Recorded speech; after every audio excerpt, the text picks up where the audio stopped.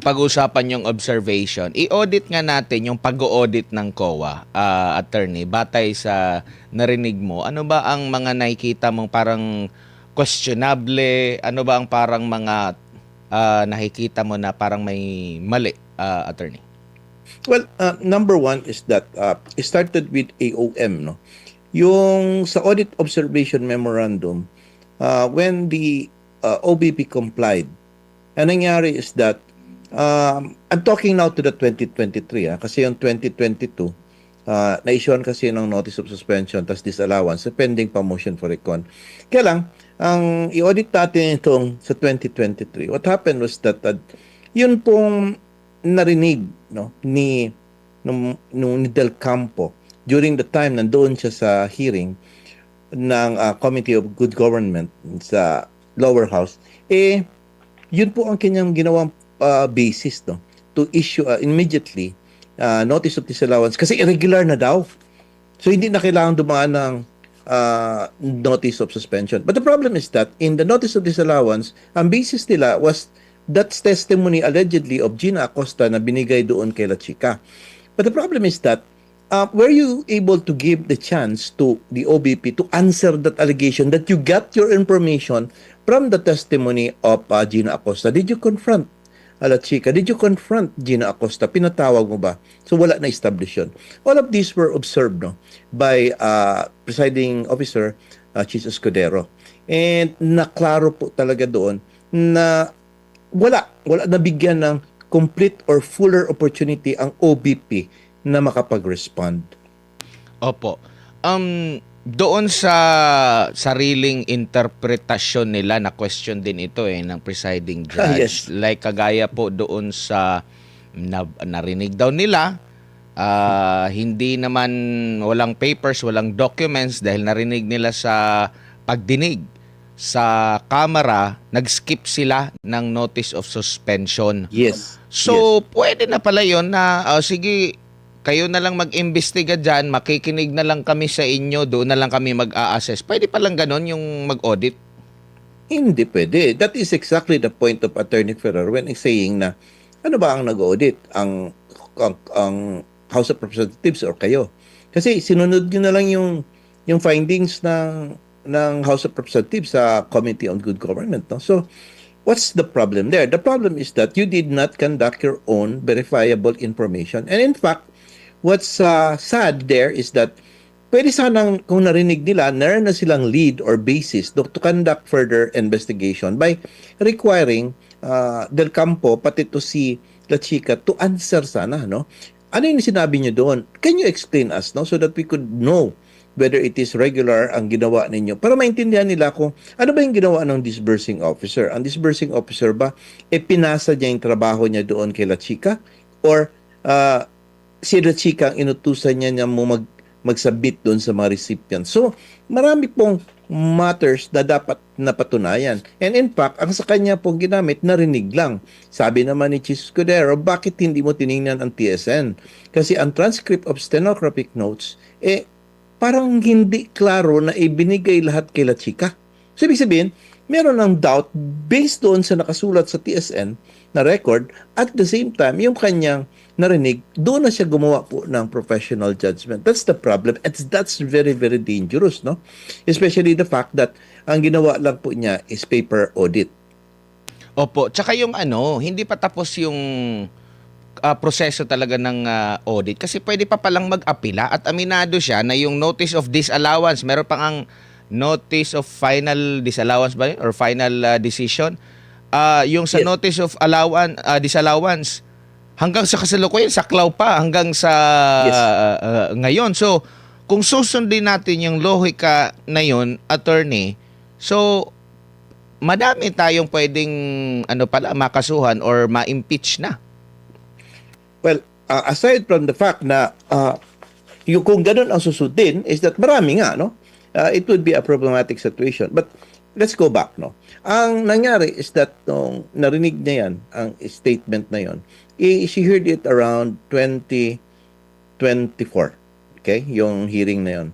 And then, after 16 months lang niya po, inisyo ang notice of disallowance. Anong ginawa po niya doon sa period of 16 months?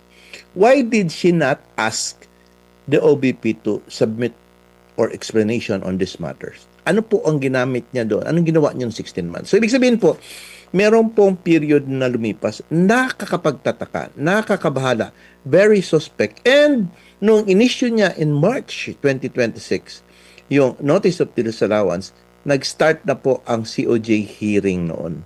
So, kailangan po nila ng Notice of Disallowance in order that maisampa ang impeachment complaint no on this Article 1. Without which kasi, there is no basis. But, nevertheless, kahit na naisampa na po ang impeachment complaint on the basis of the Notice of Disallowances, take note that this is not yet final.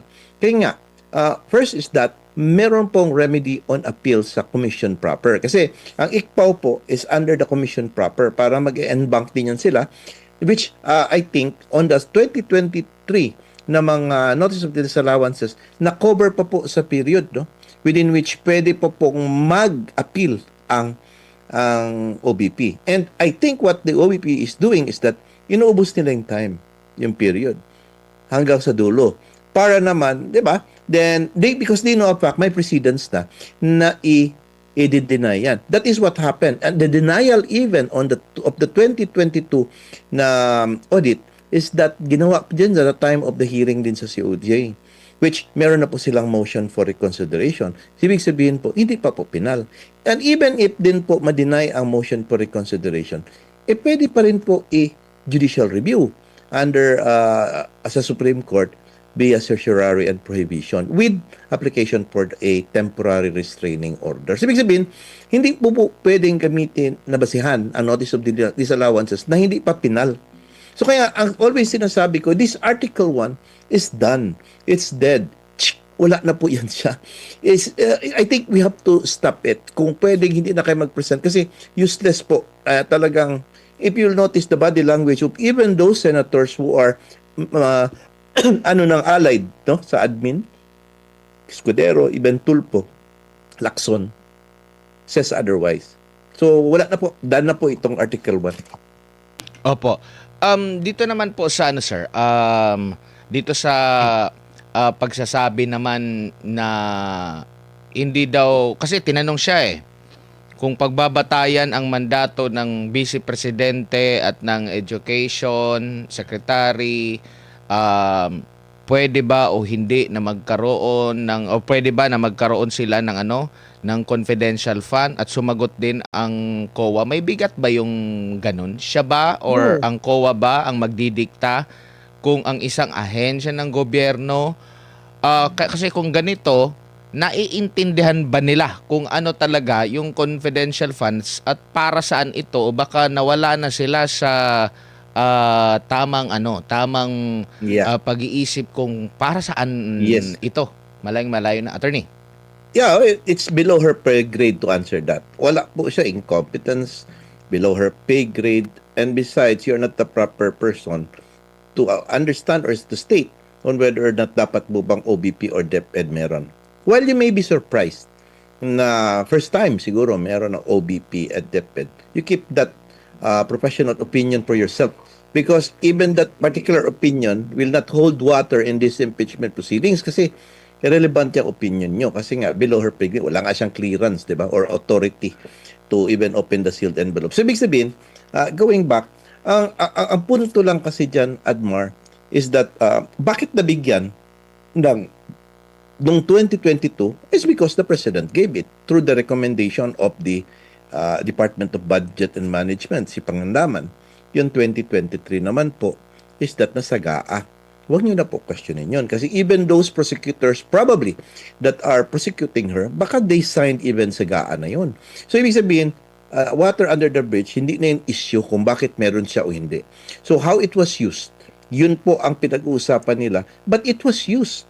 It was clear, no? It has never been established na binulsa po ni BP. That's very, very difficult to prove. And in fact, they have not proven it. And in fact, they cannot prove it because wala nga.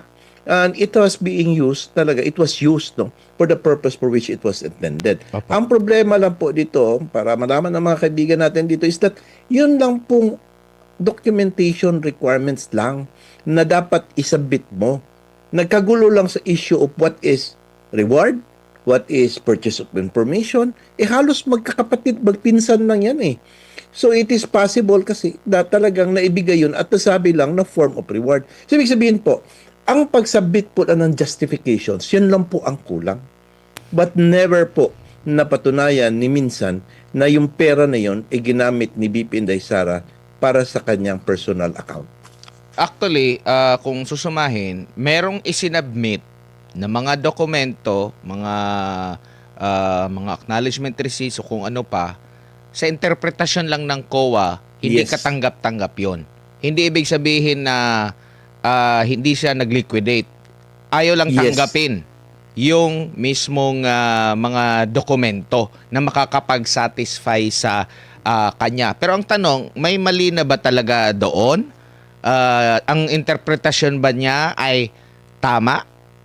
Yun Yan. ang tanong, attorney, na dapat Yes. sagutin. Alam At mo- most importantly, Yes. kasi kung iuugnay natin sa impeachment, ninakaw ba yung mga pera na yun papunta sa bulsa ni BP Sara? Yes, exactly. Alam mo, you were able to hit it simpler ang pag-explain po ninyo. Yun nga, yun pong kanyang pagbigay ng documents, kulang ba yun? Karapat-dapat ba yun? O tama na yun? Pero sa kanilang judgment is kulang pa. Now, the question is this, are they really trained enough to handle this kind of documents na para i-exercise din ang professional judgment nila? Considering the fact that they really do not know what confidence, how it is being used, how it is being run. Kaya nga, pagtanong is that meron ba kayo experience on this on this kind of confidential activities, intelligence activities? Wala. So, ibig sabihin, they just based on the paper na sabit sa kanila at saka rin sa circular. So, how they interpret it? Meron ba silang proper training on what is really this one's all about? Yun ang I think ang kulang. Kaya nga, it appears that there is really a problem with the circular as well as the persons na nilagay nila doon. Wala pong issue po, Admar, when it comes to regular audit, no? Kasi sa regular audit kasi mas klaro at makita po kasi yun talaga required po talaga ang mga resibo, official receipts talaga merong paper trail. Whereas in a confidential surveillance or informations, yung intelligence na operations, mahirap talaga i-prove ang paggamit ng pera or yung pag-document ng pera rather kasi nga po ginabigay mo lang yan doon sa babae. And you don't tell him, sige, bigyan mo ako ng resibo ha, kaya kailangan ko yun sa taas, di ba? So they would not risk their lives by giving receipts or giving their full name para lang dyan sa kapiparanggot na pera na tatanggapin nila. Di ba? Hindi naman malaki ang hiwalay-hiwalay nga 70, 80, 100. So what I'm trying to say is that these are legitimate expenses. No? Ang problema is hindi na-explain kung paano talaga ang requirements needed, no? Take note na hindi naman sinabing official receipt, no? Sinasabi naman documents, no? And acknowledgement receipts are considered documents to prove. Now,